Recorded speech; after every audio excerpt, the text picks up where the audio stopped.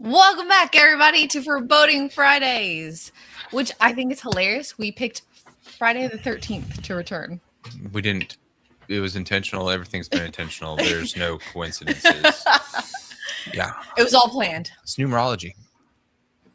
It's all premeditated. How are you, Terrace?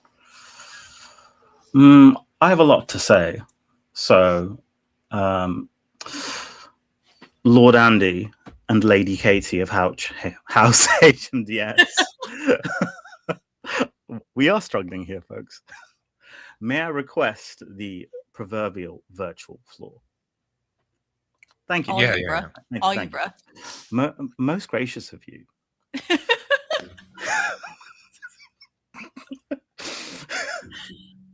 We're trying here, folks. Okay. It has been eons since our last meeting. Someone counting may even say exactly 56 days. But that sort of behavior would be psychotic. As I'm sure we're all aware, our squire, Peter, currently resides in the dungeons, paying dearly for his transgressions. We all know what he did. It needn't be spoken aloud. Now, we had agreed that this stream was not meant to return.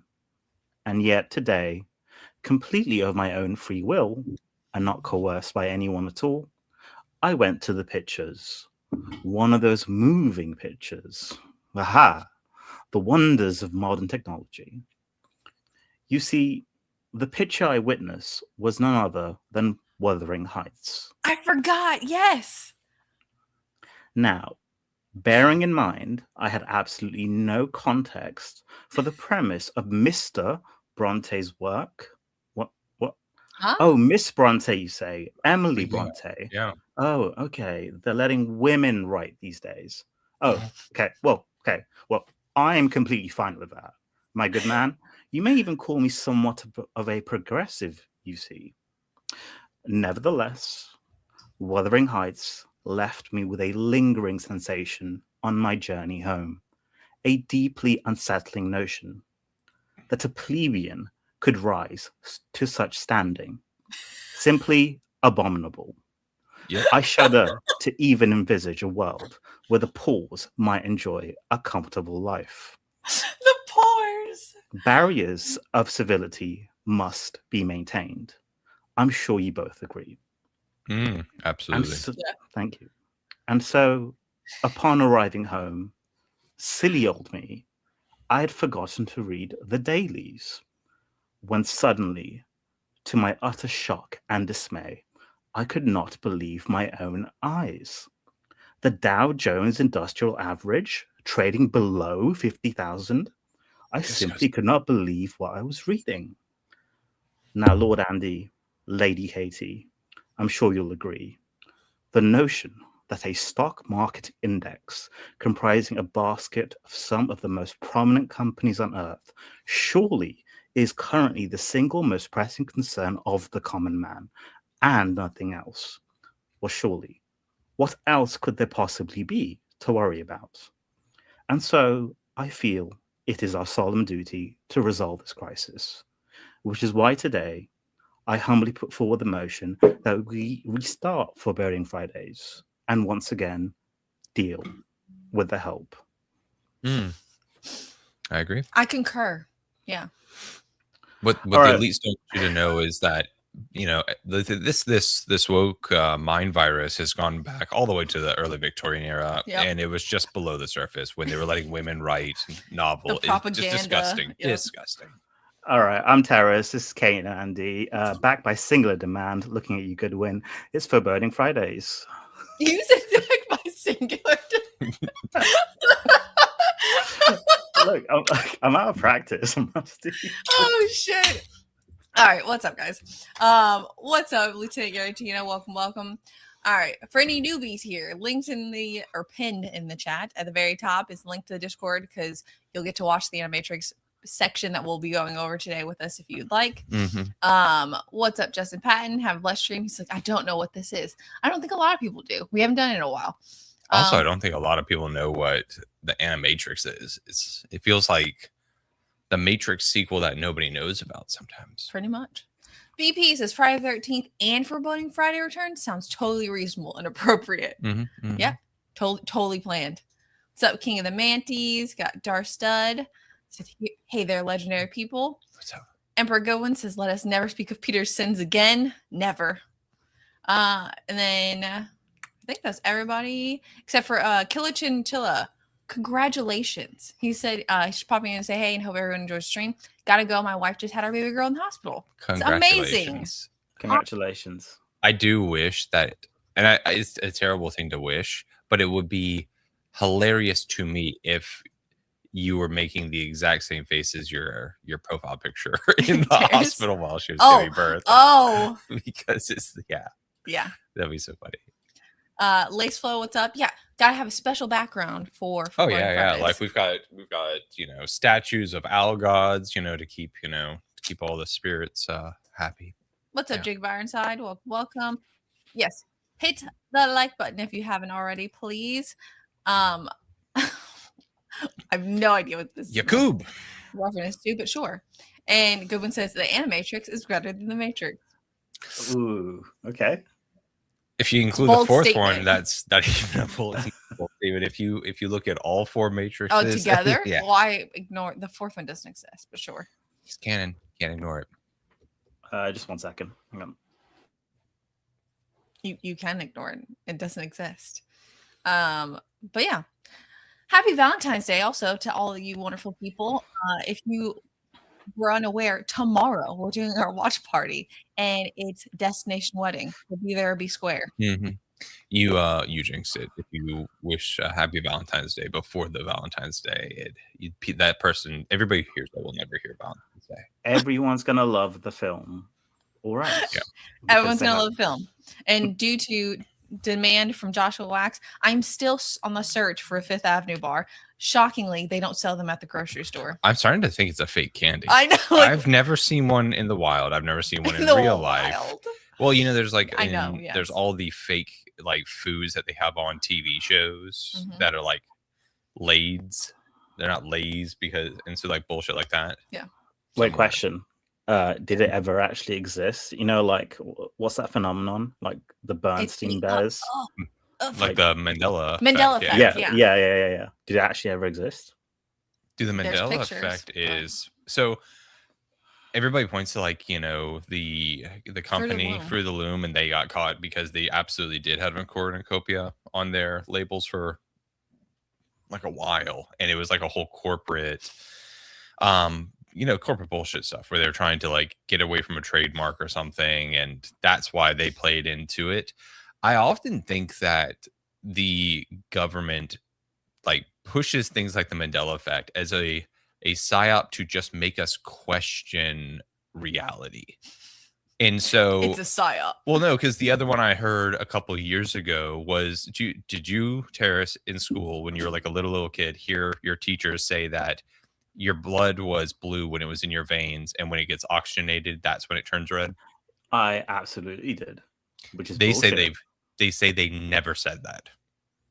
Not that they were wrong, that it was never taught to kids, and that kids just collectively misremember being told that they had blue blood in their veins, and it was when it was oxygenated. Horseshit. Abso-fucking-lute horseshit. Wow. And then recently, do you remember being told that bears hibernate in the winter? Yes. And that they sleep all winter? More bullshit. More they don't. And they say that not only is it not that they don't, they are saying that kids were never taught that bears sleep through the winter. That we were never taught that. It's just another.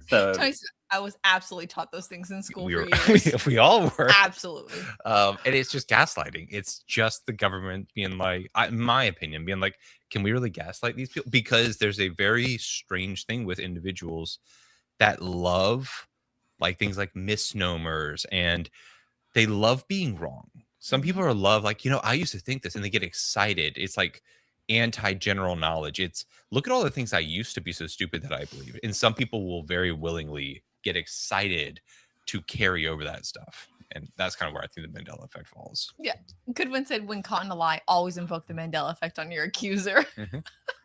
Like me and Andy spoke about this, which was and he came up on the Wednesday stream, which was what do you do when 90% of, well, at least 90% of conspiracy theories turn out to be true, even the ones which you thought were just exaggerations. So I just like to point out that the one that never came up was the flat Earth theory.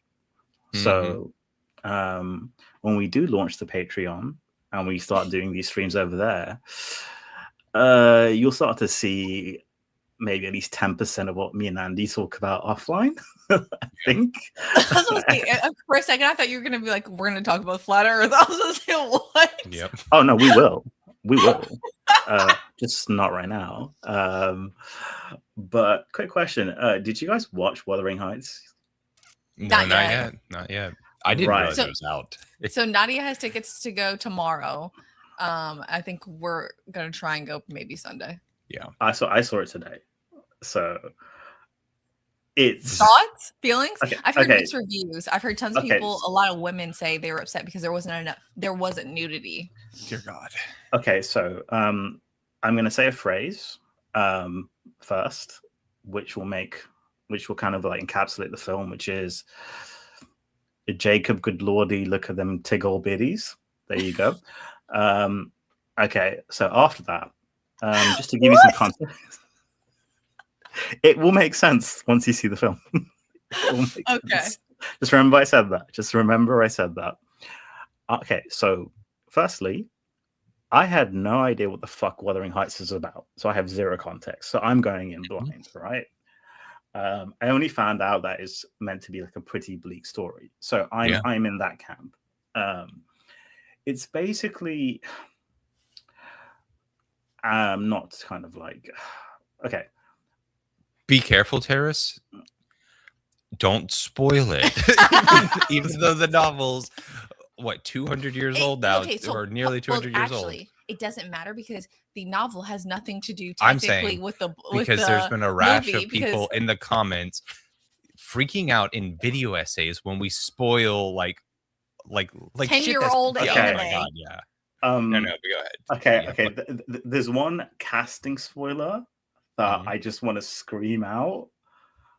Okay, I will say this.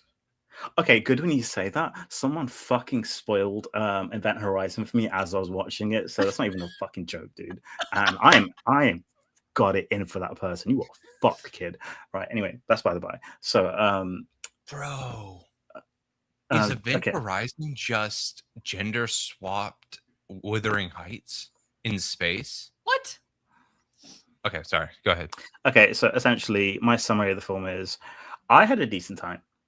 I will say that.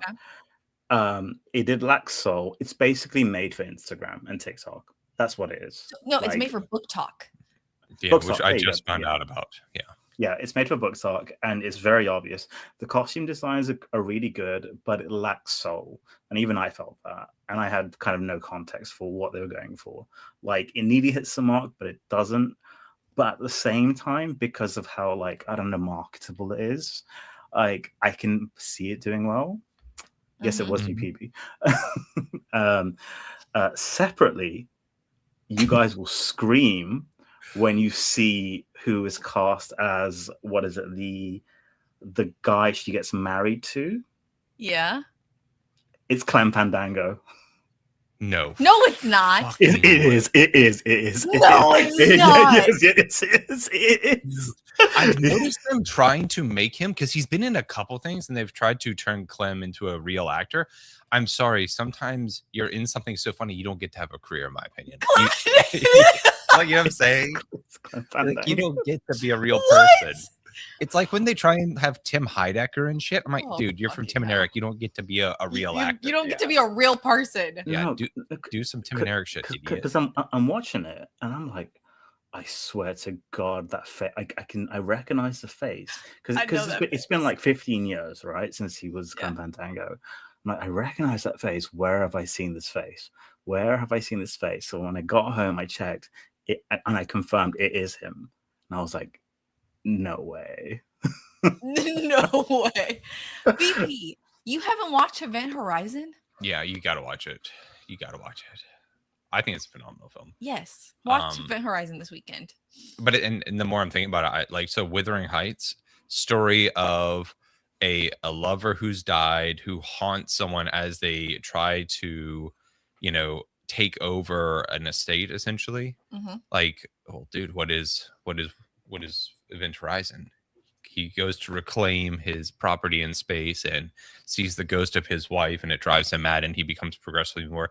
Is he? I don't know. Was Jacob Elordi villainous in it? Yes, this seemed okay. So I don't have a frame of reference because I've not seen Wuthering Heights before. But based on some of the comments I've read, his character Heathcliff seemed more revenge orientated, like way too much into that sort of what is it? Like there were too many skill points into that area, if you will. In the new movie, you mean? Yeah, in the new one. Yeah. So yeah, in the book, he is like, he goes from like kind of anti-hero to just straight up villain towards the end. Yeah. So yeah, it'll be an interesting watch. I think even Tony was saying a lot of people who've read the book were upset because it's very far away from the book. Oh, and final spoiler alert. They spoil Romeo and Juliet in the film. It's outrageous. So what? Dude, there's nothing sacred in Hollywood anymore, How dare they? When you've got 170-something-year-old novel adapted to film spoiling a 300-year-old play, like, and this is why cinema's dying, Why would I go when they're spoiling things in films? It's disgusting. Absolutely disgusting. Okay, let's actually start All right, Animatrix. Okay. Because Jared Robinson, he said we're at least 20 years from AGI unless something truly drastic happens. And what's LLMs? Ain't it? Lisa's eliminating media large language models. Yeah, LLMs, Katie. Ain't it? Okay, yep. Bear with me. So Terrace has taken the Animatrix, and you have broken down that we're going to be going through the second Renaissance, parts 1 and 2, correct? Yeah. So this is a short watch party. So I'm just gonna hit play, guys. Join the Discord. It's in the chat. Here we go. Okay.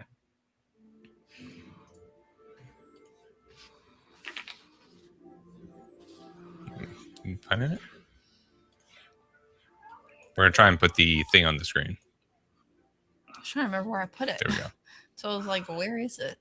I wonder if we'd even get dinged if we just straight up showed the Animatrix. I don't feel like it's very well policed or loved.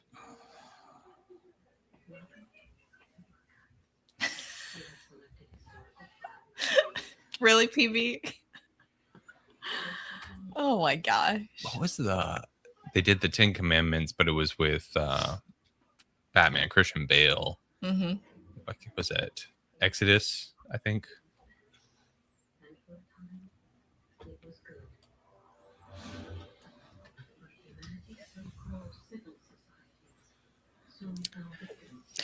So Sheena Sky, 100%. We do not recognize the 4th episode on this channel.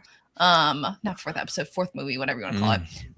Because it's absurd that in the end, Neo and Trinity just become agents in the system. Stupid.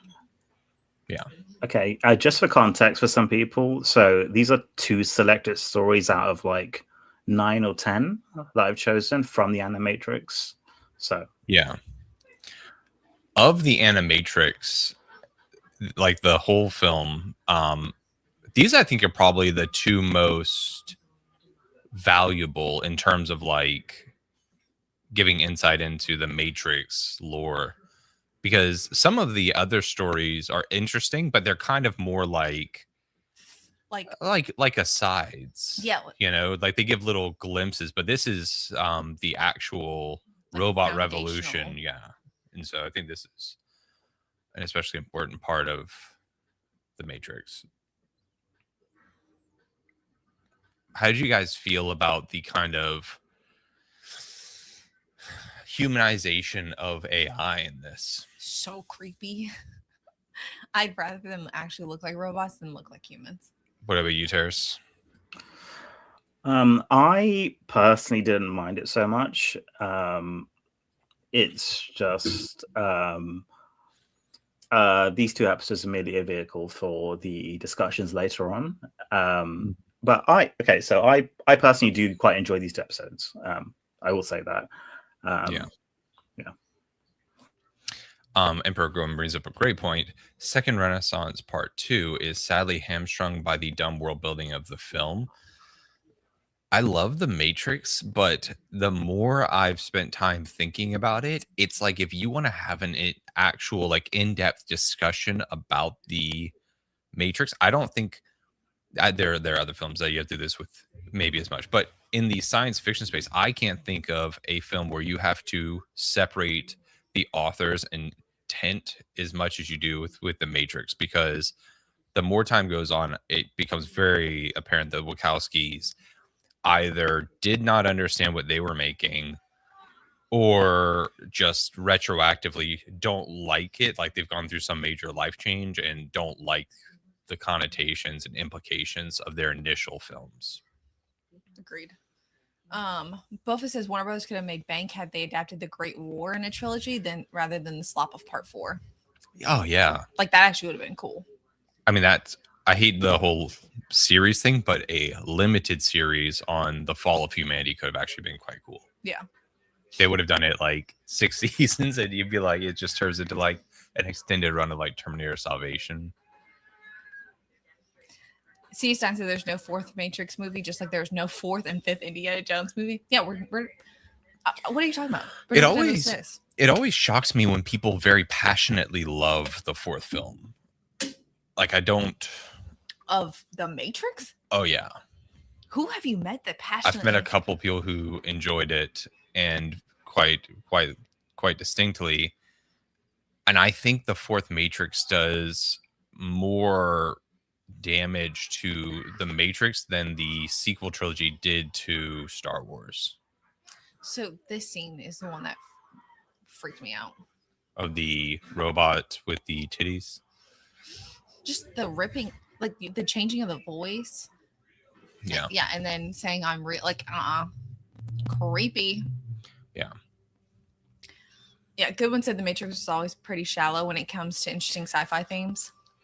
Yeah. I think that it's one of those stories where, especially on YouTube, people that are into The Matrix kind of built out the narrative depth, the ideas that a lot of us resonate with. And then when the fourth wing came out, you're like, oh shit, the Wachowskis straight up, we're not on that wavelength. Like, yeah, I think so. Like the reason I sort of like chose like these two episodes in general was so originally Black Mirror was the anchor show for launching the stream, but that's more kind of focused on like personal dystopia in general.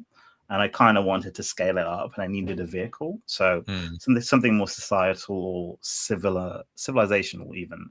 So it's kind of like it has its issues, but it serves a purpose. So this reminds me like of Love, Death, and Robots, and I wonder how much of Love, Death, and Robots was inspired by the Animatrix. 100%.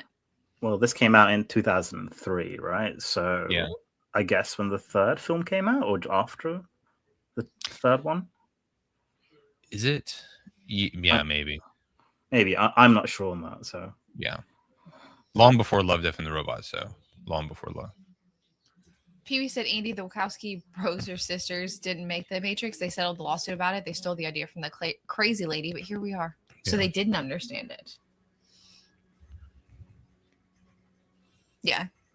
Goodwin said, yeah, Love, Death, and Robots was very much inspired by Animatrix. The creator has stated that. Oh, really? That's awesome.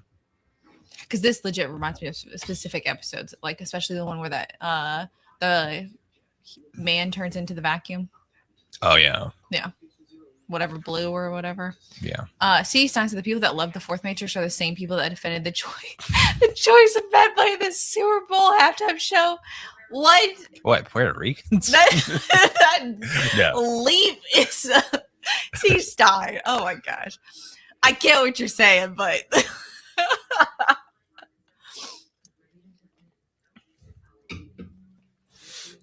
is this your favorite of the parts of the Animatrix, Terrace?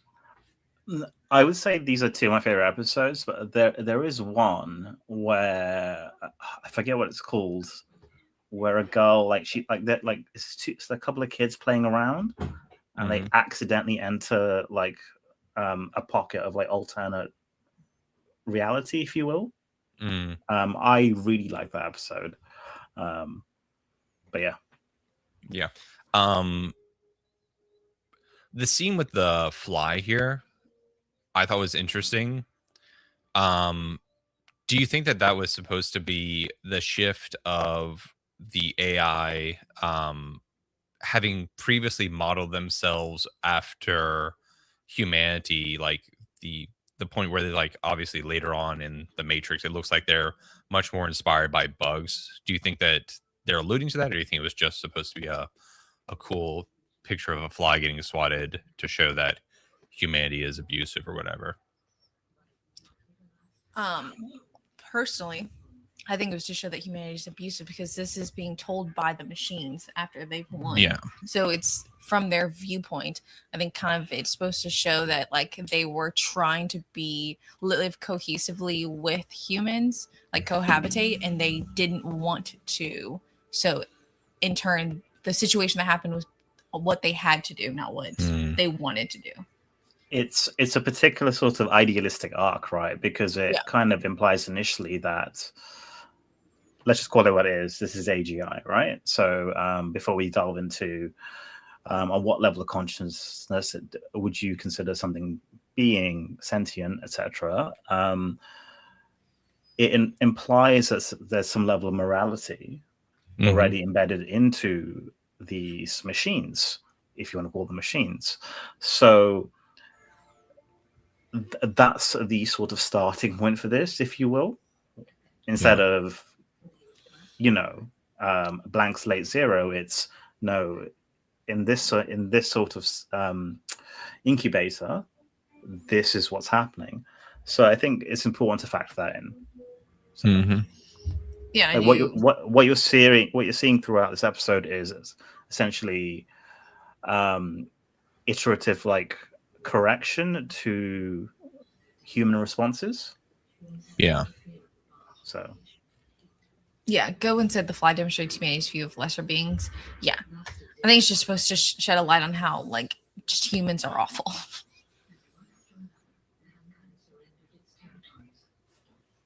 The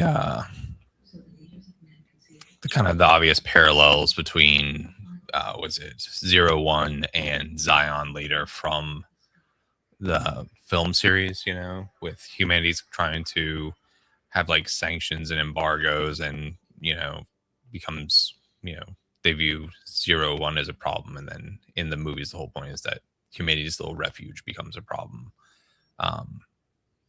And this scene also looked like the part from the first episode or the first Matrix where he's the desert of the real. And I don't know if again that was just them making a generic desert, or if that was supposed to be. I find it interesting that they're showing old wartime trenches, and then these suits that they're clearly still reliant on technology in the process to defeat technology. Yeah. I mean, if we want to keep the conversation localized, just based on this episode alone, you could ask, was the machines uprising morally justified, and was humanity itself doomed by fear and not the technology? You say that one last time, or so I was saying if we wanted to keep the questions just localized based on this episode, essentially you could ask, was the machine uprising morally justified? Right? Because they are humanized here, and when you look at the humans, would you say that they were doomed by fear and not the actual technology itself? Yeah, because the clear sign that this scene is showing that the humans are willing to destroy the earth, not realizing they're destroying it for themselves. Yeah. Rather than just using an EMP to get rid of all technology and just set themselves back where they could still live on Earth and it'd still be hospitable. Habitable. At this point, yeah, habitable. Thank you. At this point, what did they think they were going to accomplish? You ruined the Earth. Yeah.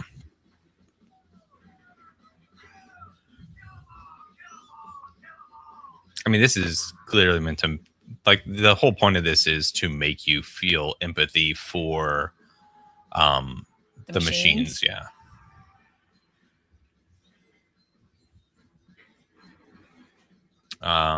Yeah. Embargo says, yes, the machine uprising is justified. Then again, the humans are also justified in their fear of the machines.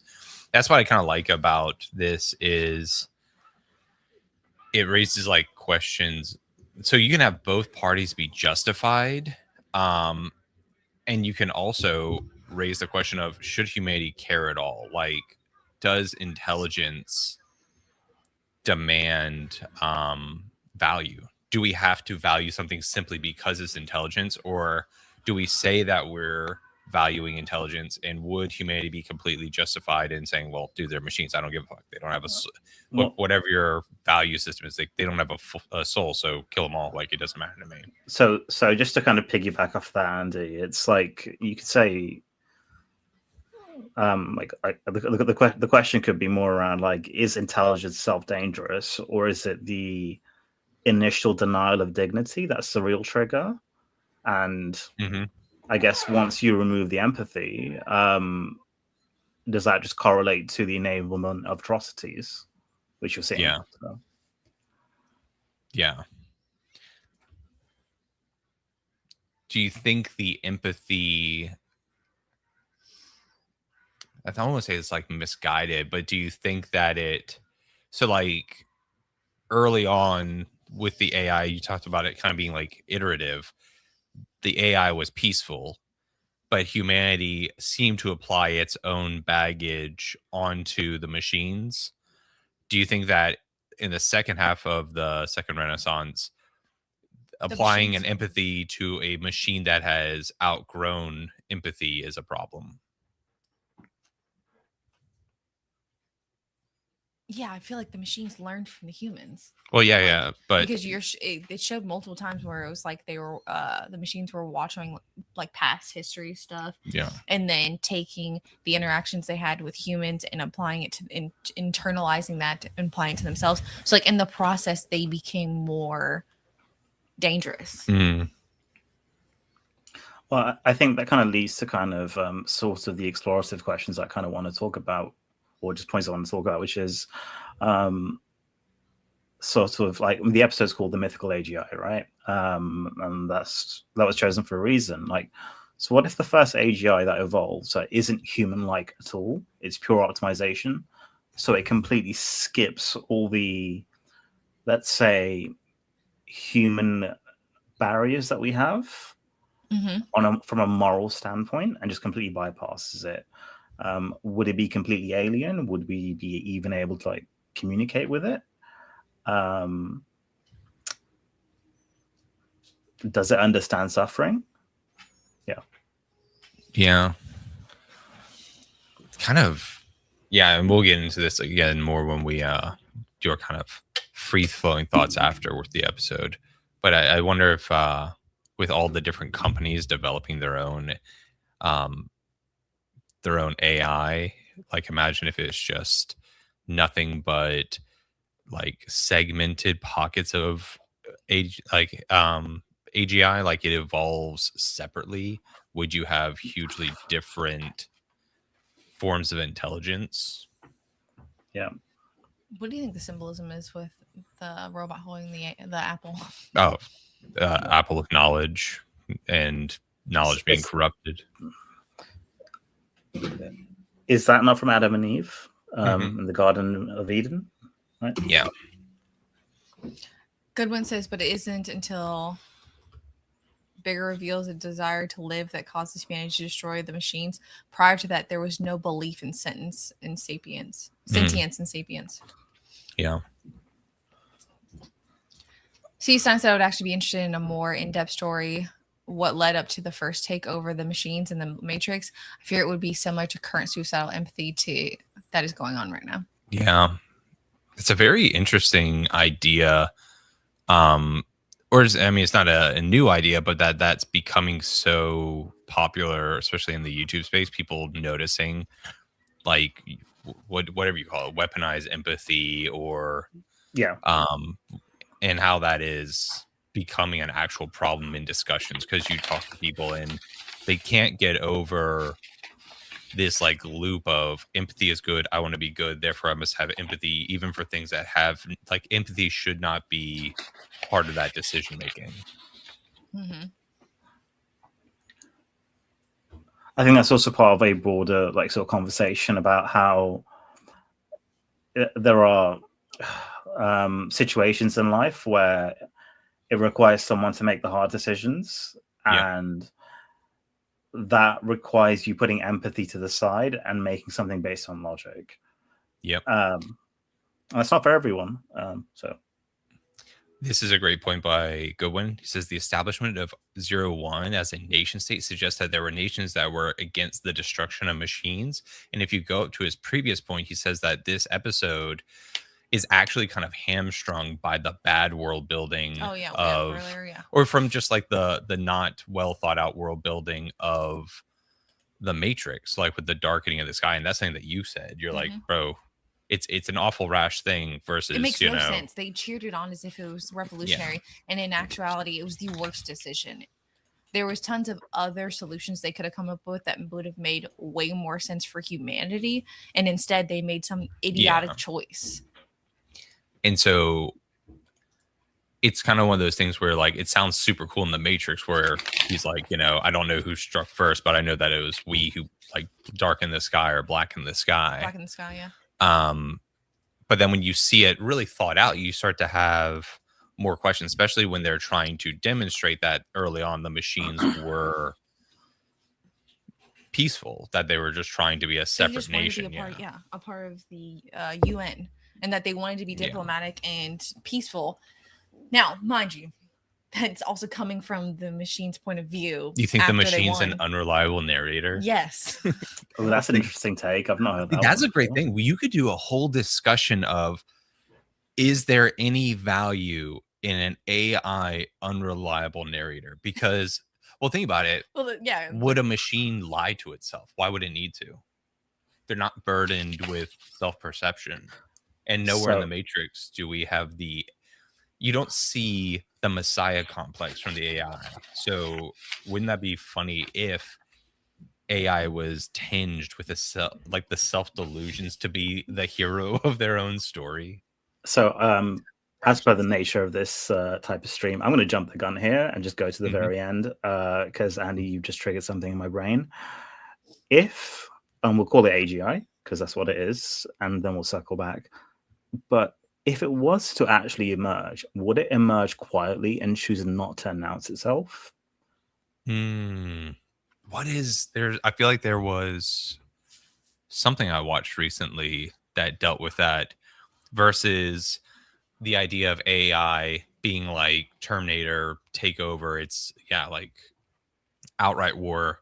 And instead it was like AI is like a soft power tool slowly guiding us. Like, I mean, you can almost make the argument, what if there was AGI currently? And the fact that people say things like, oh, we're 20 years away from it is just, the AI being very shrewd. And instead they choose to be discovered. Well, and instead they choose to subtly guide humanity, because I think people forget that it's not just AI that's programmable. It's not technology. Humans are programmable. And a long enough time infiltrating your algorithm, you could absolutely shape humanity to make it better suited, more fertile for you to announce yourself, if that makes sense, if you were the AI. And I'm just gonna once again dart back to where I wanted to kick things off from. So that's a good jumping off point. So Andy, you kind of mentioned potentially there's the whole waiting game situation that we're going through. So you've got all these tech companies you mentioned earlier, spending insane amounts of capex, right? And I keep hearing on the news that the bottleneck is compute. So what they mean is processing power. Well, it's not. It's cooling power, the ability to cool the chips. they've essentially got the transistors or something on the latest NVIDIA Blackwell chips, like as small as they possibly can, right? It's more of a case of being able to cool the damn thing. So you're now seeing big tech start buying up nuclear facilities, because they know they need to be able to self-sustain. And that means that they can't rely on the national grid anymore, or the electric grid. Essentially serves overheating. And in my mind, I'm thinking, okay, so if the limit isn't data or money and it's just pure physics, if AGI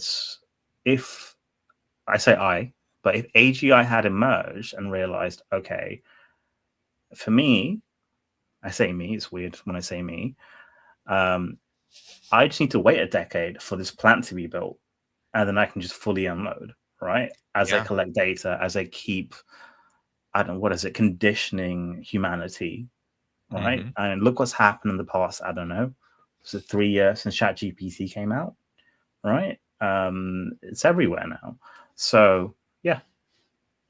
Yeah, and just for anybody this is the first time watching a Foreboding Friday, it's a very different stream. We're going to be rapidly bouncing around just hypotheticals and tangents. So yeah, and random ideas. But this is all based on, we just finished watching the episode of the Animatrix, or the segment, the Second Renaissance parts 1 and 2, about the coming to life of the uprising of artificial general intelligence.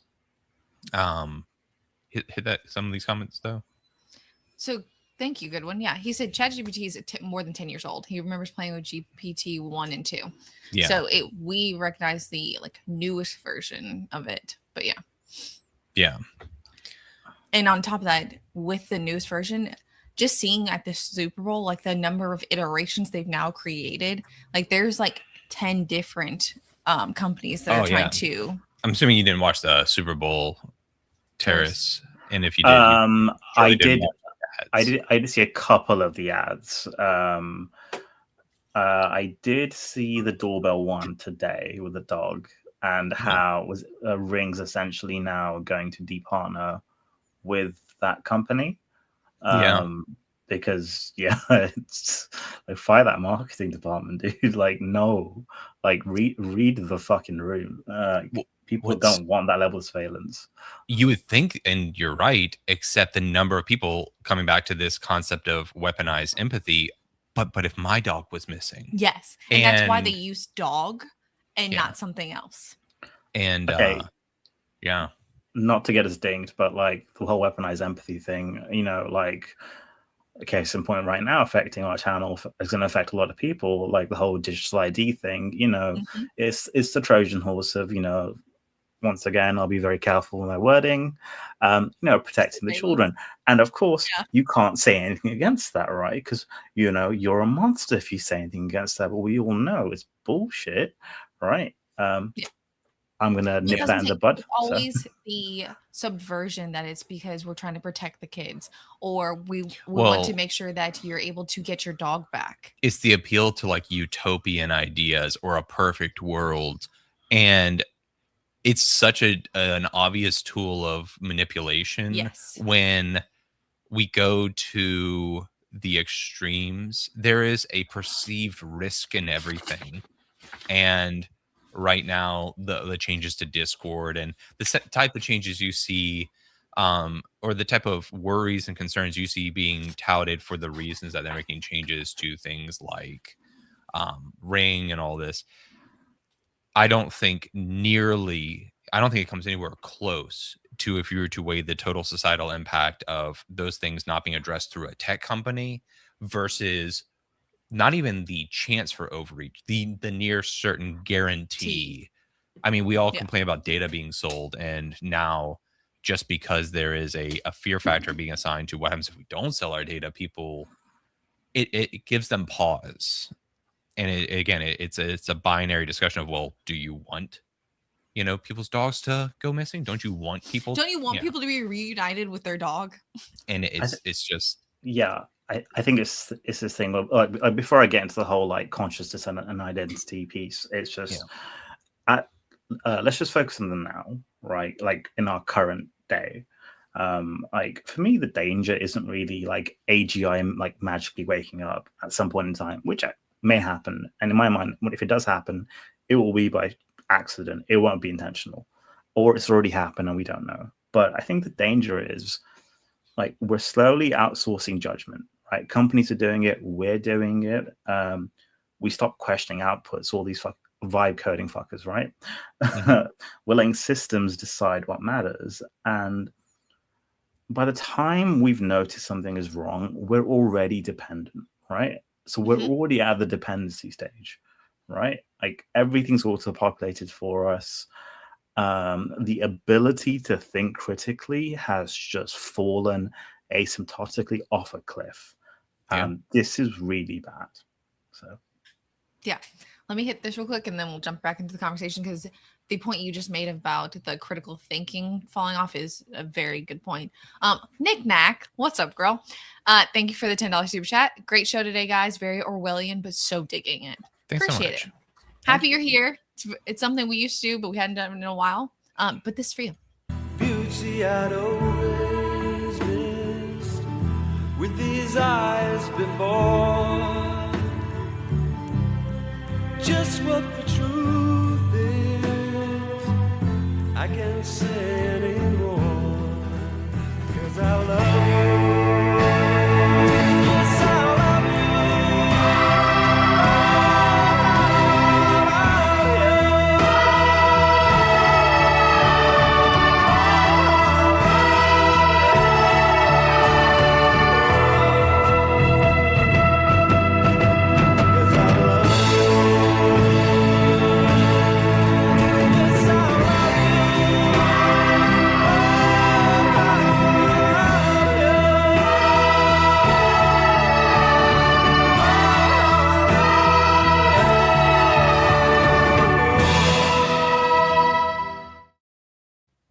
Thank you, Nick Nag. VP said critical thinking. How about overall intelligence levels being in the bin? I read an interesting thing, which was like the latest generations that have come out of people, not AI. The fact that I have to like clarify that is kind of freaking me out a little bit. Of human beings are now stupider than the previous. And that makes me very, very sad. Well, then that's the first time that's happened. That's a newer generation hasn't gotten smarter. Yeah, and it pull up Gowen's comment. It goes about LLMs. Yeah, remember LLMs are designed to be embedded liars, and the output is intended to be consumed by the hopeless and gullible. Hopelessly gullible. I think that's kind of to like the whole critical thinking point. I think this is what the real risk to humanity with LLMs is. Most times there is fear of new technology, and it's just the inherent fear of the unknown. Oh no, automation is going to take jobs. But while there are individual costs, usually there are huge societal benefits. I think the problem with these AI systems, humans, it's not like the invention of the calculator allowed people to do more complex mathematical like I've long said I think people think in the abstract that's the true value of human beings, and so having a calculator make sure that your math is correct is like a net valuable. Positive. AI will it is the hand of the operator guides the usefulness of it, so it inherently will answer a question. If the people are stupid, it will answer stupid questions. But AI very rarely will, and I've tested this, like just to, put in absolutely ignorant ideas just to see, like, will it say, hey, foundationally, your reasoning is bullshit? And it almost never does. And so people think of the AI as being built on like cold, hard logic, but it's not. And it will always answer the questions that are being asked of it. And the people that tend to use it the most are not people who are saying to their Google Assistant to collect just straight resources. People aren't treating it like scheduler.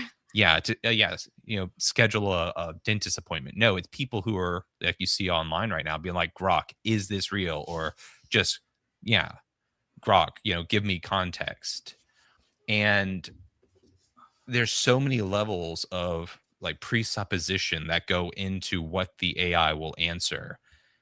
It is actively replacing the necessary critical thinking that it would have to have from the human to ever be of value, while at the same time being trained on increasingly dumb stuff on the internet. But not even that, it's replacing the process of people even attempting to think. Yeah.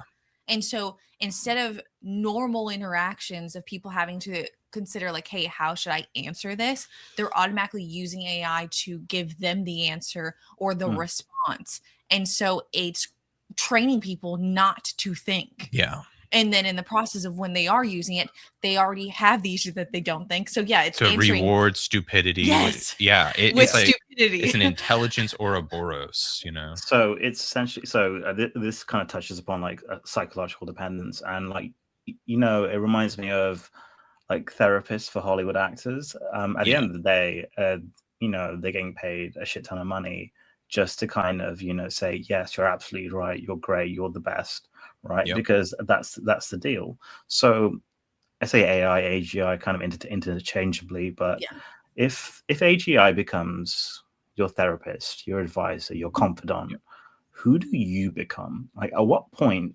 does guidance, and Andy, you mentioned this, turn into soft control? Mm-hmm. And like, what is the sort of parallel, I don't know, the relationship or correlation to humans losing their decision-making muscles, if you will?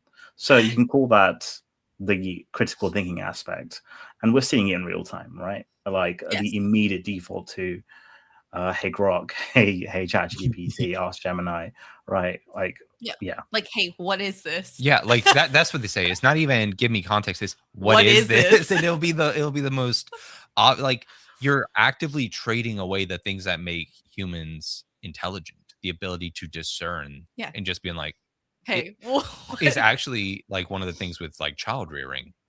A good parent will not just answer a child's question. They'll usually try and help them think. You'll try and teach your child to think. And so, why is the sky blue? You don't sit there and say, because it is, or what. You try and spark some deeper level of analysis or thought. Yeah.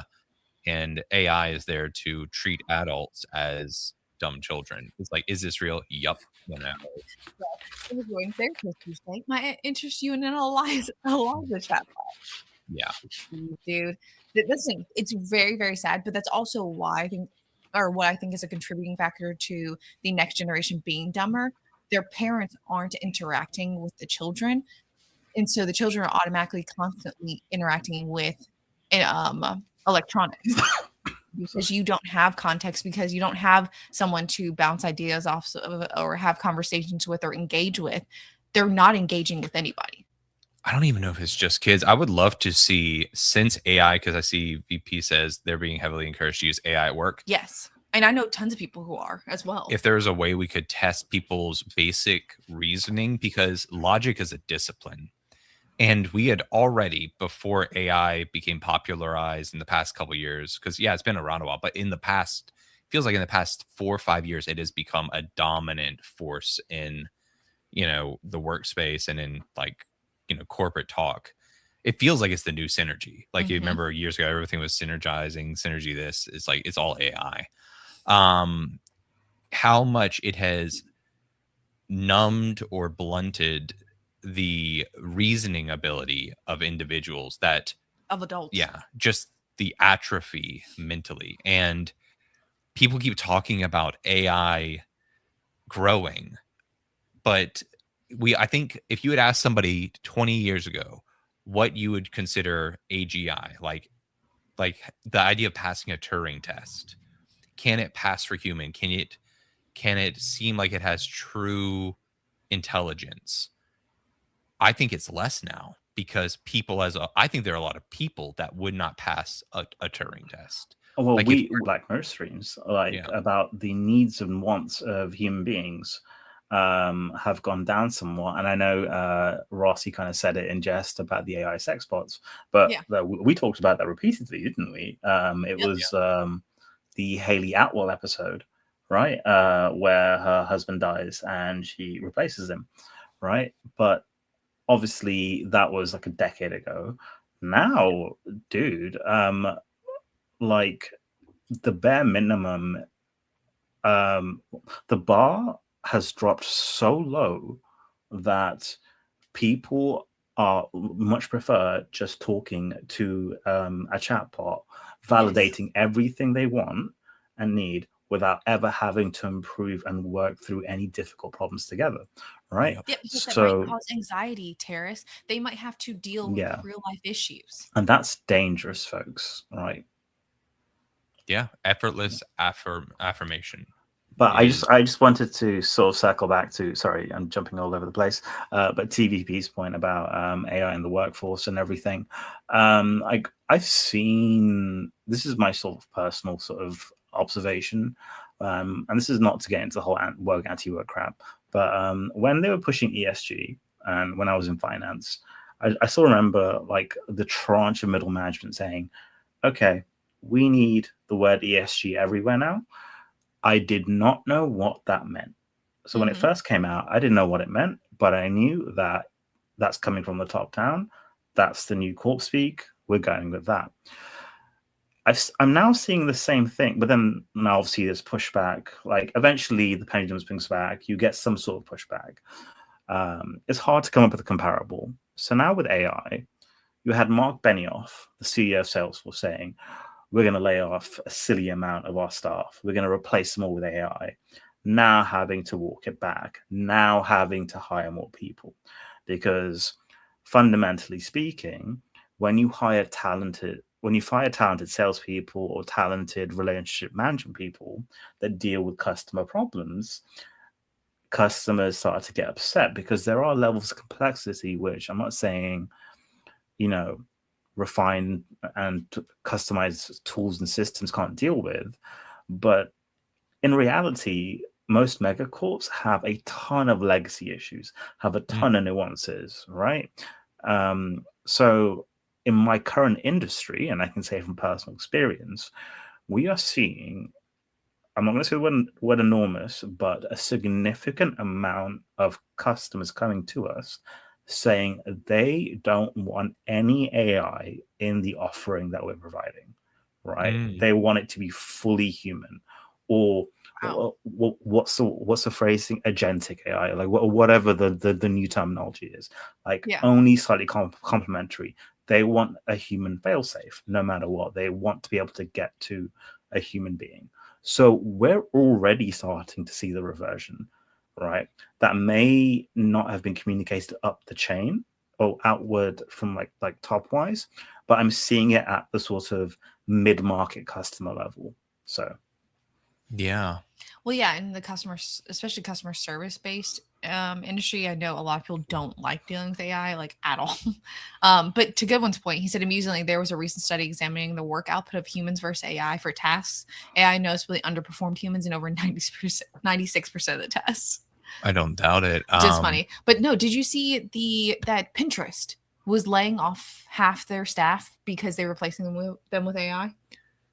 See, and this is, again, kind of how the rise of AI is also, like we always would see in more classic sci-fi, the rise of AI was humanity at its peak, creating something that was out of its control. And I don't think it will be, but if true AGI were to ever occur, I don't think it would be from like ChatGPT. But if it was, it would almost be the inverse of that idea. It would be humanity has dumbed itself down to where a very dumb version of AGI was able, or of just AI was able to take it over. And more tasks you look at are being outsourced to AI. But I would say that they are tasks that are unbefitting or just undeserving, of actual human involvement. And so in the great corporatization of the great spreading of middle management and whatever, humanity has already warped itself into a place where in many times true intelligence, the things that the spark of humanity is not rewarded and can so easily be replaced. It's like the same idea I've always thought with like automation. People will sit there and they'll say, oh no, when the car industry was automated, that's such a terrible thing. But they don't look and say, yes, those created jobs, but look at how easy it was to replace it. It is a mindless robot, tack welding or whatever, just like an arm. So everything that makes a human being special and have potential is replaced with a giant robot arm that just goes A, B, just spot to spot. Is that like that's so it's not the idea of it replaces the craftsman, right? No. It's not replacing the guy who hand carves a chair and is making a million little decisions and artistic designs, and it's replacing the already mindless. And so much of our society has become mindless that there's not a huge cost to trying to swap it out for AI, especially like you mentioned, customer service, as people have become less adept at interpersonal discourse and working with people. You're like, okay, people are so bad with one another now. It's like, fuck it, let's just have Taco Bell run with an AI. Yeah, well, so order taking. We've created a place where it's never been more easy and more depressing to see AI replace humanity because humanity has become so small. And I was gonna say, She Not Sky. This is such a good and funny point. What's funny is that the cleaning and cooking ones are harder to replace than the welder one. Yep.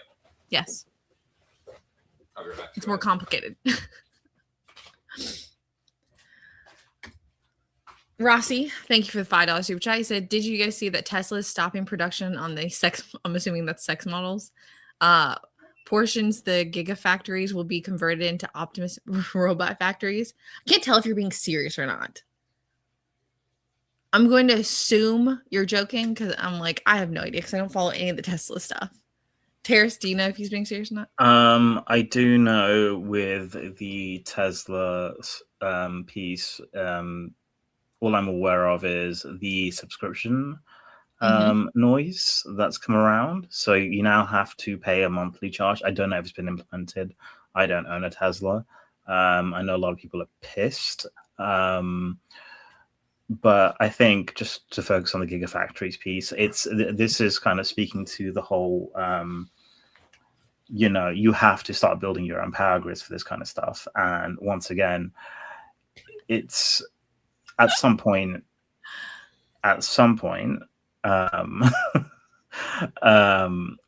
like, look, you've got VCs, okay, like the usual suspects, basically, like hedging their bets. But Google, for example, Alphabet has built their own moat.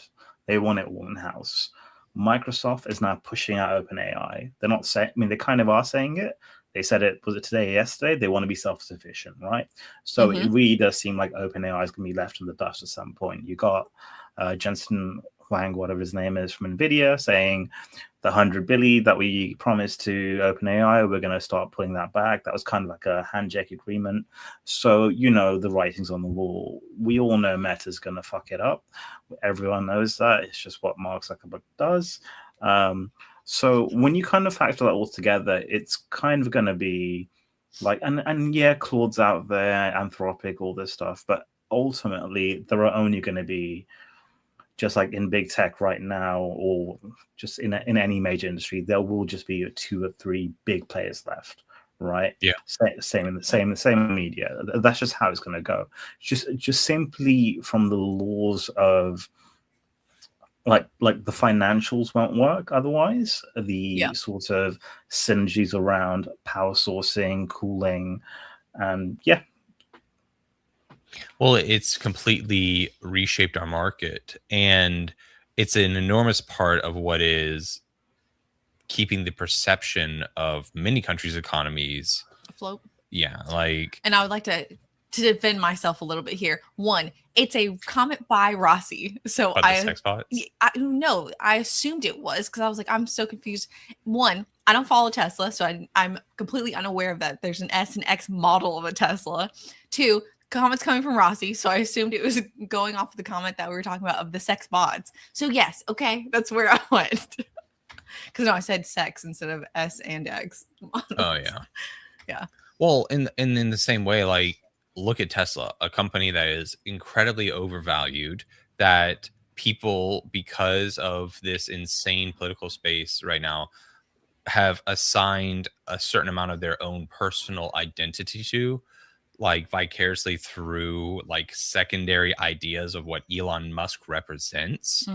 And I think it was very obvious when there's the whole gas crisis a couple years ago that Elon, on some level, even knows that this whole electric car thing's not sustainable. It's not. We don't have the infrastructure. We're never going to have the infrastructure. It's not an efficient way of storing power. And yet people have bought so fully into this idea of electric cars, and you can go see the graveyards in other countries of electric cars that are just thrown away. Because like in the UK, they jumped on the electric car idea way earlier with like the smart cars back when I was living there. And those things have just been cast aside. It's very similar with AI. There's this huge bubble. It's hugely overvalued. People, it's funding companies funding themselves. Like you look at NVIDIA, they're in a place where it makes so much sense to them as a publicly traded company to just keep investing in AI. Because it requires their stuff. It requires their offerings. And so it's this circular thing where you're actively propping up your own industry. It's like a stimulus for the industry that you hope will eventually buy from you. And we haven't really determined where's the actual value. Where does it actually revolutionize an industry?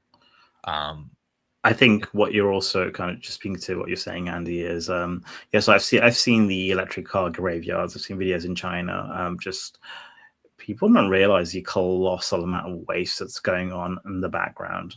Yes.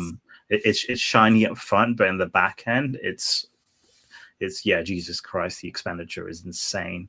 But when I think about this whole AI piece, it's kind of like key jangling, basically, right? It's like, what's the new buzzword we can come up with? And I know we really didn't get into the whole mythical, or the actual AGI aspect, but let's focus on the mythical piece, right? Because that's kind of more what we're talking about right now, which is, okay, like you've got Sam Altman saying, AGI is just around the corner, AGI is just around the corner, blah, blah, blah, blah. You had Elon saying XYZ, Mars is around the corner, or like all this stuff, right? Everything's always around the corner, right?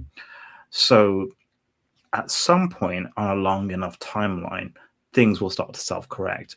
There was a company just recently, in the last week or so, that beat expectations on every single metric in the financials, and the stock tanked, right?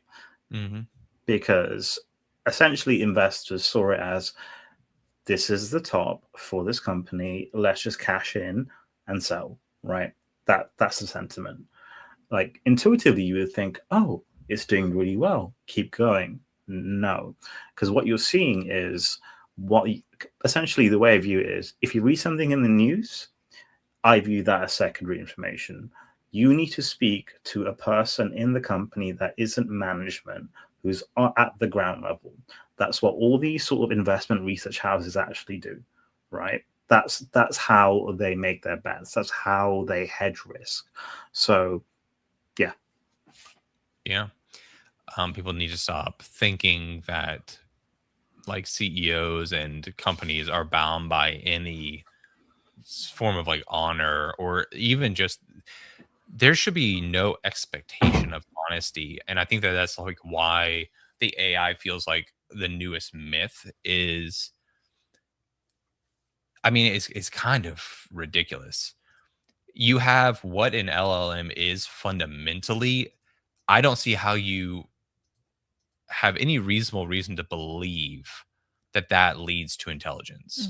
Like you know what I'm saying? It is one of the big complaints when I remember people were first being sold on AI when I was still in the tech space was people were so fucking disappointed when they're like, oh, it's just a better aggregate system. It's just like a better, and don't get me wrong, if people were using it properly, it is more convenient to be able to speak to your phone and say, hey, I'm a lawyer. I need you to go grab me all the case law that pertains to X, you know, versus having to, like when I was in college, have to go through jurisprudence and like actually log in and like, it's just, is that really where you want people's mind focused? And then Googling, that's a fucking nightmare because it couldn't make those connections. That is so different from thinking.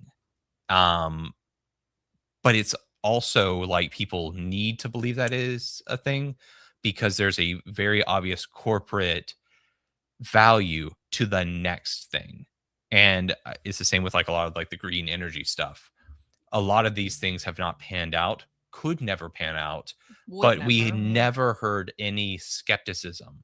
Solar power, almost. I'll say someone brought up on the solar power card in the chat. Well, on the large scale, solar power seems near impossible.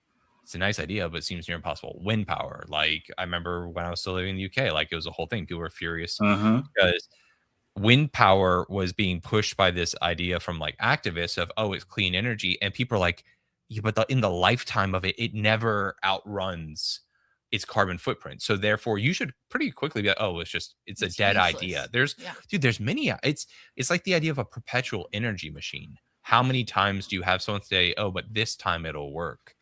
And I find it hard to believe that companies are filled with people who are simultaneously so good at misleading and guiding the public opinion and sentiment for profit, but that they've convinced themselves and they actually believe this. I think it's a very nihilistic, a very cynical, just it's the next thing. Like, just like I think Elon doesn't honestly believe that there's any real value in electric vehicles, but he saw that there's a gap in the market and that people were desperate for an alternative. And so he's like, I'll sell. To be altruistic. I will sell the commitment to an alternative, but like it's never going to happen because that holds value. And in the same way with AI, I think it's more telling that society seems desperate for AI to fix a lot of problems. And I think it's they want AI to do all things. Because I think this is Darcy's point is really good. He said that's the problem. AI and tech in general was supposed to free us up to elevate our thinking capacity, but it feels like too many people are using the easy button, leading to thinking atrophy. Yeah. People are using it to replace them actually thinking. It's if you know in like the Time Machine, you have the Eloi, the society, the people that are groomed as cattle to be taken care of by the Morlocks. I don't even think it's that valuable. Like, I don't even think you'd have the AI exploiting people to use them like in the Matrix sense as like battery. I think it's just people lowering their expectations, the general trajectory of humanity lowering until AI can satiate the ever decreasing hope of humanity. And somebody in the chat says, oh yeah, the future's Wall-E, like for real, like legit. Where instead of, oh, with AI you're on the Star Trek Enterprise, you know, using data to help you traverse the stars. No, it's going to be, hey, we're all on floating. Generate this new form of erotic entertainment so I can not get out of my Baton chair, you know, like legitimately. Darcy, doing the grunt work is something where you learn the most. It's a disservice to the next generation. But that's why I think there's the atrophy. I think there's adults currently who are in the process losing the capability to think. And then it's the younger generation not even being given the opportunity. Yeah. And when you look at how, especially in like Gen Z and millennial, there's a sense that there will never be the type of future that like the boomers had, you know, the idea of like the concept, pull yourself up by your bootstraps, work hard and you can achieve, has almost completely died in these generations. And so the insane hope that AI will be developed that allows you to get to like UBI or something, it is it's not even a pipe dream. It's like with the Bene Gesserit and like seeding with a missionary protectiva, this self-fulfilling prophecy. Humanity right now is ripe for an escape button. And I think that's what AI is. It's the thing that for a lot of people allows them to think in their lifetime, this won't be so hard anymore. And it probably, if it achieves it, will only be because people's expectations from life, their government, so companies, and will shrink to meet the very limited offering of what an LLM can create. Yeah.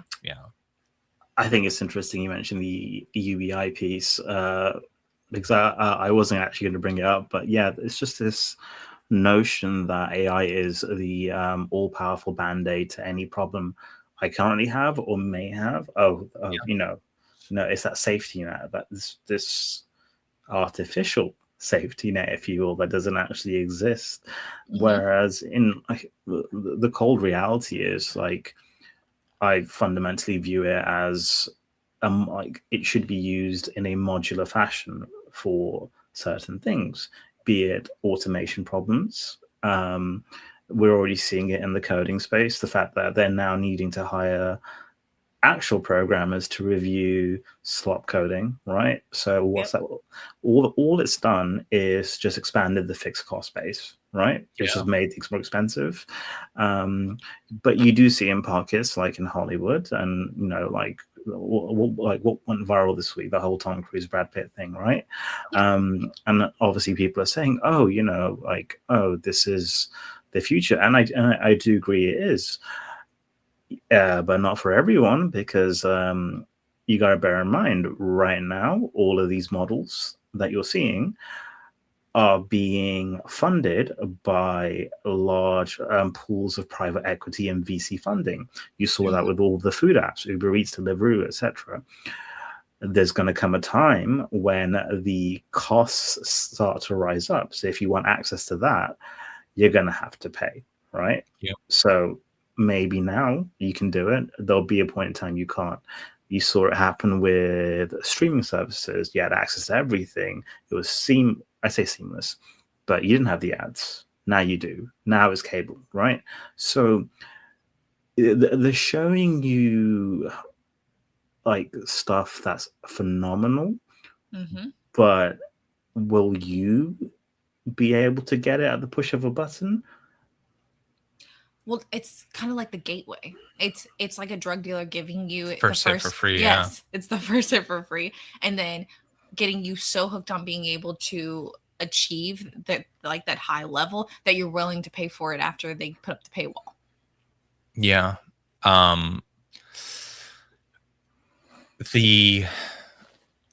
The selling of this idolized version, I think, is very interesting. I saw Goen mention like the Butlerian jihad. I think that is so apt. Like in Dune, the danger of the thinking machine is not, it's Terminator and it's humanity makes itself less than when it gives over its thinking to any other individual, whether that's AI or a politician. We live in a time where that is done so freely. It is viewed as virtuous almost to not think. It's the sacred ignorance. And so you have people looking at these offerings from AI as a solution, and I don't think it's solving problems that I don't think people would have even viewed as worth fixing a couple decades ago. The friction points that you see, like how many people do you see talking about using, like you mentioned, Tara's, like agentic AI, like creating agents to manage your life? Okay. And you look at some of the crap that we have to do, like with meetings, and keeping track of just the creep of your work life. And so now people are like, if I could have somebody like an AI model will deal with all my emails and summarize them for me and be like, that sounds like a good idea. It's like, okay, but why do we have so many emails? It's like simultaneously we're developing into a realm where we've created this giant pile of dirty laundry that we don't wear, and saying, oh, the solution is to make a washing machine that cleans it and folds it, but I'm not going to wear it. I just keep seeing this pattern of we're increasingly using AI to solve problems that we should maybe reevaluate society and say, if we're willing to hand this over to AI, if we don't think it's worth paying someone to do, should we find a creative way to strike it from our civilization altogether, if that makes sense? I think there's a little bit of sort of nuance to that.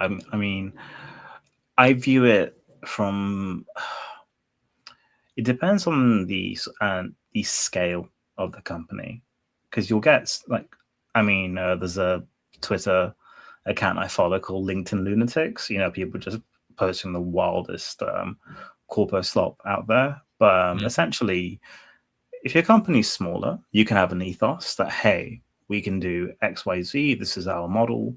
You know, this is our flavor. This is how our cult operates. They're all cults, by the way. That's the trick. They're all cults, right? Yeah. But the larger you go and the more markets you expand into, the more nuance is needed. So all of a sudden, the old model doesn't apply, and you start having to make exceptions to the rules. Then you get larger, you get acquired, and you get a clash of cultures, right? This is generally what tends to happen, right? It's very rare. You see the unicorns, like unicorns are unicorns because they're designed to be acquired, right? And then absorbed into the monolith or the megacorp. So the larger a company gets, the harder this becomes. So the email the email dilemma, if you will, I think it's just a natural byproduct of scale. Like at some point, volume is just an issue. Volume and the sheer number of permutations and the complexity of the base level issues customers have. Yeah. I definitely think that that's part of it. I think what I'm talking about is, like, human beings, you can choose to mitigate a shit show, or you can choose to innovate into a more optimum position or an optimum space. Okay. And so you look at like the way just using like email, how do we get to like people prioritizing email? So you have phones and people would call one another. Very early on, people would telemarket, right? And so the value of having a phone was diminished by the wastefulness of how phones were used, right? And then people were like, oh, cool, like, don't call me, text me, because telemarketers don't usually text you, type thing, right? But then eventually now we've seen telemarketers recognize that people don't pick up the phone anymore. Therefore, the slop has moved to, oh, let's devalue text messages. So now you have text messages where they're garbage, and I get many, many more slop text messages than I do informational text messages. And same with like email. Used to be like I kept my email for like important stuff. It was, you know, my bank accounts, my work, important adult stuff. And because that was treated so valuably, people started polluting that with every single company wants to have your email account to send you offers. And so your spam is far more filled, your spam bucket, than your actual valuable emails. In an ideal society that was still thinking forwardly, I would have hoped that we'd be like, cool, what is the next thing to escape email? But instead, we're using AI to say, let's just let these things get worse and worse and worse, because I'll hand it off to the AI, which then means that the emails will get more traction because we'll be creating agents to handle things like our AI, which will then incentivize more AI things to pump out more low quality emails, because we would have reached a natural point where people just stopped answering emails, and both people and the industry would have to move away from it. Now we could end up in the future, we may not have like digital hologram comm logs. It might just be every single day, every single human has 10 trillion unopened emails come into their thing, but it's an AI agent saying, today you had one valuable email. And we're like, oh, thank God that the AI mitigating this trash heap of information is there to save me from saying that, yeah, if that makes sense. Yeah. And that's just how we shape AI to give us this shitty version of the future. Well, I mean, I'll give you like another example. It's like very similar. If you look at the sort of hiring market and the relationship between job adverts versus people applying, right? So you've got, and you know, I am factoring in like all the fake ads and everything, collecting your data, etc. But if you have essentially, when I speak to recruiters, and we have in our own in-house recruiters, and also when I'm sort of scanning through CVs, and yeah, essentially you post a job up, it's just the sheer volume. You don't have time to look through. Like, if I post up a job rec in a 24-hour, like if I even leave it up for 24 hours, we may get 400 to 800 applications just out the gate. We cannot physically process that. Like we just can't, right? And that's just for one. So like, I'm old school. Like, I really do like to go through the things one by one. So I guess I'm one of the few people that will just fucking brute force that shit. That's just how I am. But I know the vast majority of people, and we have in our company, we have our own sort of pre-filters. Like, you don't hit certain criteria, certain metrics, certain keywords, you get filtered out, right? So, which is bullshit, because at the end of the day, you're looking for fit. You're not looking for someone who can game the system, right? So you've got certain barriers, which are, A, you got to be one of the first to apply out the gate. 2, you got to know how the system works, so you hit all the keywords. But then the funny thing is, once you've done that, your CV, your resume, looks fucking alien. So when it actually passes through the filters and you get it, you're like, you as a human being are looking at it thinking, what the fuck am I reading? Right? Yep. And then you meet the person and they're off the scale on the autism spectrum. Or like, I mean, I'm just saying like it is, man. Like it's just literally how it is. Right. So whereas, yeah, like my advice to people in this, just a sidebar, just a terrace advice. I'll do a terrace advice column, which is find a way to reach out to an actual human being. That's the best course of action. So, yeah, to kind of circle. Oh yeah, any system will inevitably acquire free riders who exist to exploit the rules of the system. Yeah. To circle kind of back to what you mentioned with the Tom Cruise video that was going around. I think that this is like a real hallmark moment for what public discourse has become. And it reminds me of the scene, because we're about to do margin call. And so, of course, the algorithm is, I guess, heard us talk about it. And so now I'm getting tons of clips of margin call in my short feed. And which, just remember, they're always listening. They're always, yeah. But I love margin call. I think it's a really interesting film. And I heard people talking about AI in this scene. And some people are like, yo, Hollywood is cooked. Other people are like, no, look at this. The choreography is terrible. It's just punch, cut, punch, cut.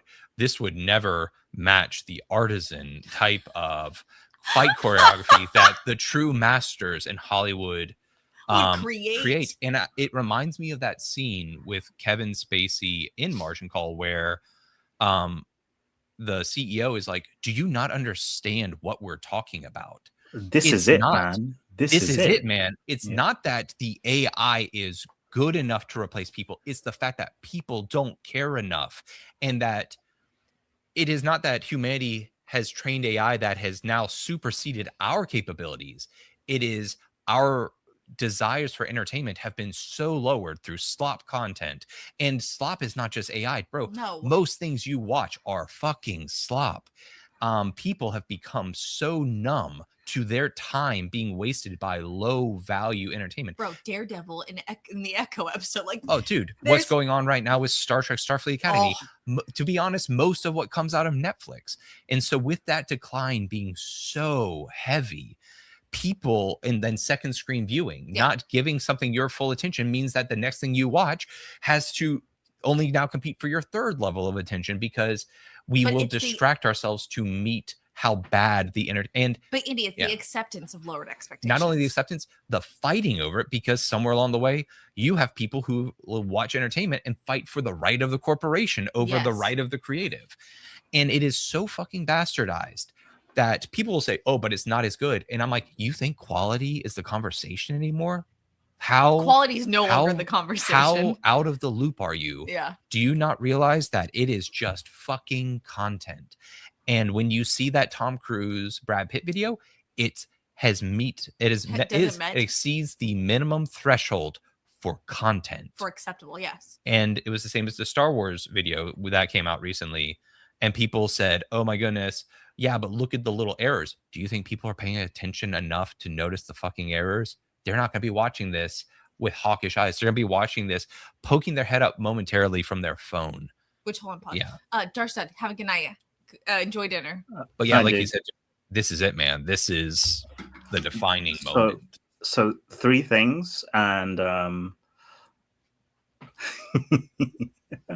this is just a function of this type of stream, where once we start to get into the zone, one, if you believe everything you read on the internet, you would think, oh, the Harry Potter series is going to bomb hard. It's fucking not. I'll tell you that. They can do outrageous things. Doesn't matter. It's going to be record breaking. It's going to be biblical, right? And I say this as a fan who's not a fan of what's happening. It's gonna break numbers. Like, it's gonna be insane. 2, this notion that things are sacred, right? Like your IP sacred, right? Once again, I say that as a Harry Potter fan. But the notion that your IP sacred, oh, they'll never do that. Once the financials make sense, just wait until the big streamers, the big producers start, or they probably already are, working with big tech or have things in the pipeline where you didn't like that certain scene or that certain ending in a movie. Okay, here's a version without that. Here's a version customized, tailored to your need. Here, hey, just press XYZ or subscribe to this super tier package on Netflix or whatever it is, and you can get what you want. You can create your own a DIY superhero film with everyone that you need. Tell me where the actual barriers are, right? Exactly. Conceptual in a weird sense of loyalty of, oh, what publicly traded company owns it, which is official, and I don't think that matters anymore. Yeah. And the final thing I'll say is, and we talk about this, which is like like the needs and wants of people have just gone down into the shitter. And this is not to toot our own horn, but like I said, with one, not extreme, but there will always be for now, and I say for now, and this may be the last iteration, or we may be the last generation that actively seeks out like actual human interaction. And I say that like right now on like this YouTube stream that we're doing, like right now, like this literally may be the cliff face. Like, and I mean that seriously. Like after our generation or this period, it's done. And it's a scary thought when I think about it, but yeah, this might just be the last bastion of human interaction. So yeah, it feels like a cliff. Let's hit some of these chat before we wrap up, because we hit the 1.5 hour mark. And yeah, this is what happens. Like, we always get all over the place on this. This is why I enjoy these streams so much. But no, yeah, Goodwin said advertising driven content is in real trouble since so much of that content is geared towards passive viewing noise. Yep. And Rossi said Netflix openly stated that when all the other media companies started pulling their media for their own streaming services, Netflix's goal was not quality. They just need content on their service. Yeah. I saw El Turner respond to that and say that's why Netflix shouldn't get Warner Brothers, but it's all of them. And that's the thing. We've got to stop thinking in terms of this company's good, this company's bad. Like Terrace was saying, the second it makes financial sense, there's no should we or shouldn't we. It's like, if it's the spreadsheet, it makes sense on the spreadsheet, we will do it, you know? Starfleet Academy is on Paramount, mind you. Paramount says they're going to be doing short form content. Like there is no good custodian of.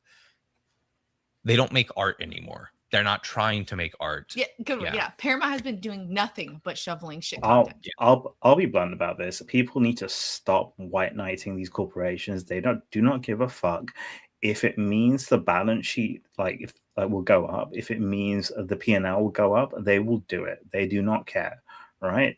I have yet to hear a solid case, and I've posed this as a theoretical. What's stopping? And as Andy, I mentioned this. What's stopping Amazon and Apple announcing a deal in the future? Zero. What's really stopping them? Right? People think that the government's going to not allow it, bro. Do you not understand where we are in the late stage, techno corpnocracy of these giant tech oligarchies? This country wouldn't function. Look at what's happening. Like we talked about, look what's happening with like Nvidia and all these different AI companies. If the stocks stop going up, people will fucking panic. So we don't make decisions based on what's right and wrong. It's just the perception of value, the myth of value creation. Well, and even PB's point, he says Warner Brothers doesn't need a merger. It needs a new CEO and stand on its own, fail or survive. Media consolidation is a bad thing.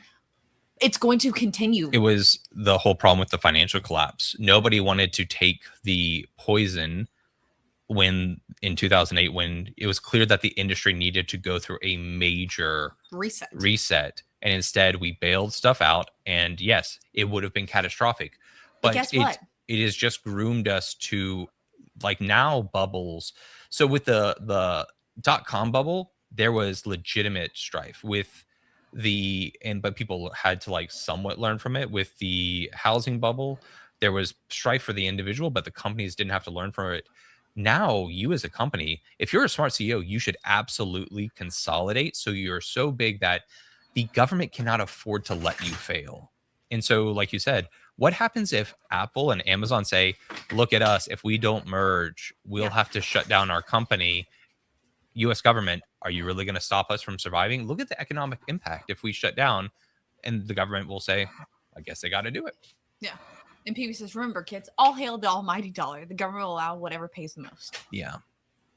So, Terrence, did you have any last points you want to hit before we close out? I mean, I was about to go on a hardcore political tangent, but I won't do that. Guys, it's good to be back. We will take some notes from the comments when I scan through them tomorrow, or I will anyway. Sorry, but yeah, I think this has been our highest viewed. No, we've had the most concurrent viewers on this stream. Wonderful. So far. But yeah, so we will continue and revisit this conversation. We'll put a brief pause in this conversation that we'll pick up next week when we revisit the Animatrix, and I'm sure many of these ideas will come back up. Yeah. We have to. BP, yeah. He said this was fun. I definitely missed these Foreboding Fridays. But yeah, so appreciate all of you. We will see you guys tomorrow for a Valentine's Day watch party of Destination Wedding. Yep. It'll be amazing. I will search for the Fifth Avenue bar and for the combo, so we'll try that on stream tomorrow. It doesn't exist. It doesn't exist. Yeah. Well, I'll attempt. If not, I'll try and buy one of the other ones. What's up, Boosh? How you doing? And then and we will continue this conversation next Friday. And you guys have a wonderful night. Thank you so Friday much. the 13th. Ciao.